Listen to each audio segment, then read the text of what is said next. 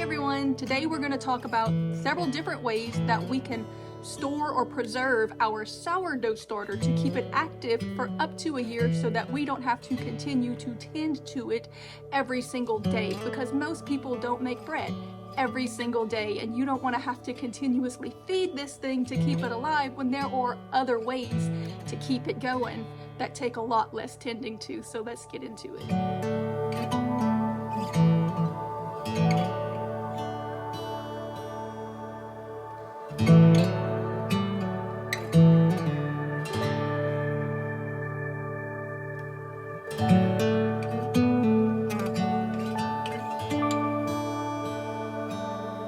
The first way that we're going to talk about is the way that I typically have kept my sourdough starter.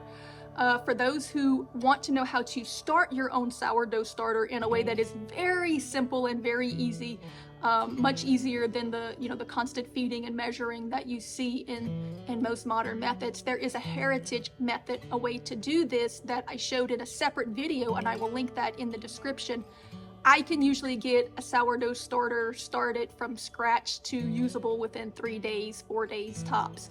In the video, I took it for 5 days to make sure that, because everybody's going to be having different results with their starter, so give it at least a good 5 days, maybe even a little longer if you're in a cooler climate. We're in Louisiana, doesn't take long for those microbes to grow. But once you get it started, at the end of that video, I showed you a method of dry packing your starter. And when you do this, you basically put it in a dormant state so that you can put it in a fridge. I keep mine in the fridge and I don't really use it all that often. We don't eat bread that much in my house, but when I do eat bread or when I do cook for friends or family, I like to do a sourdough spelt because it's a little bit healthier and easier on people with gluten sensitivities. So I like to have a sourdough starter around, but I don't keep it alive long enough to use it all the time.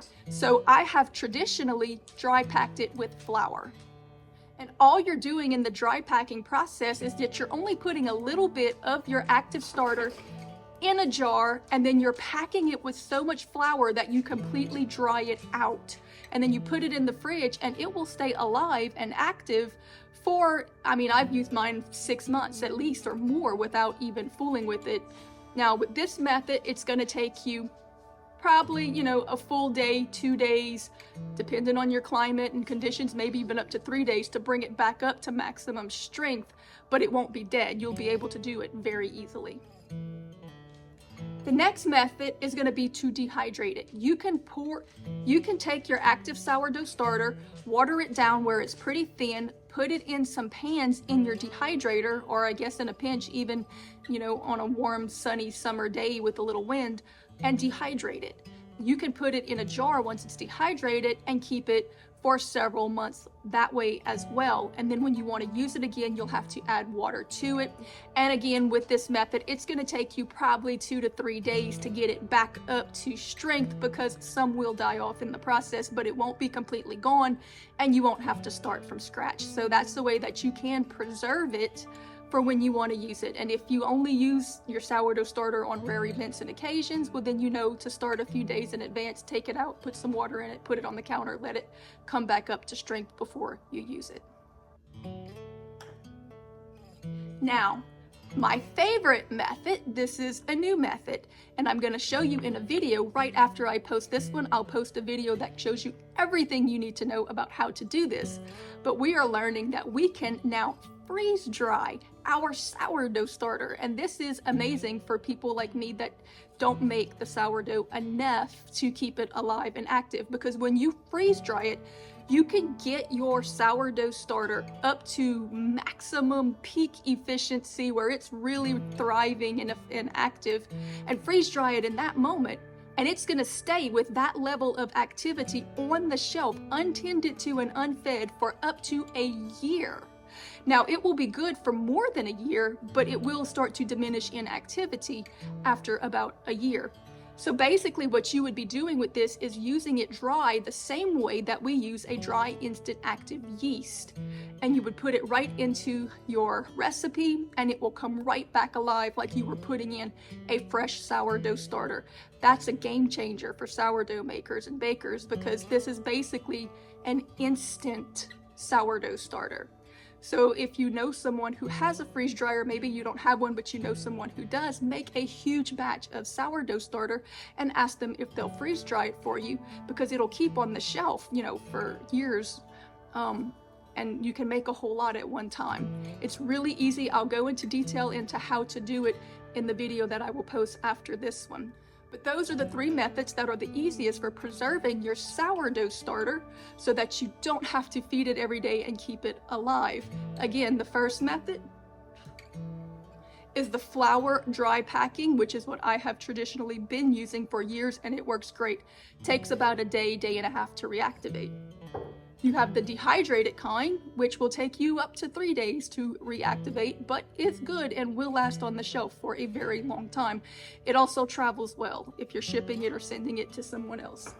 And then you have this new method, which is a game changer and one that I really, really love and plan to be using probably pretty much indefinitely from now on.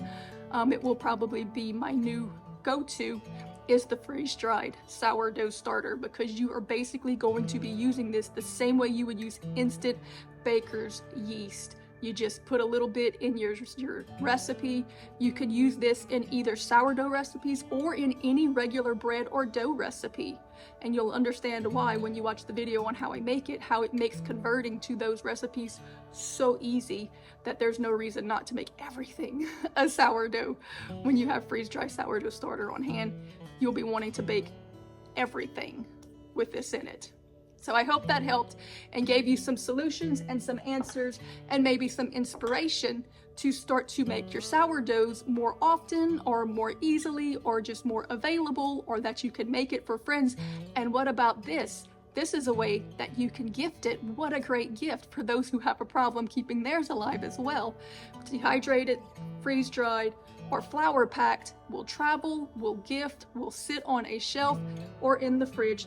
The flour pack has to be in the fridge because there is some moisture in it.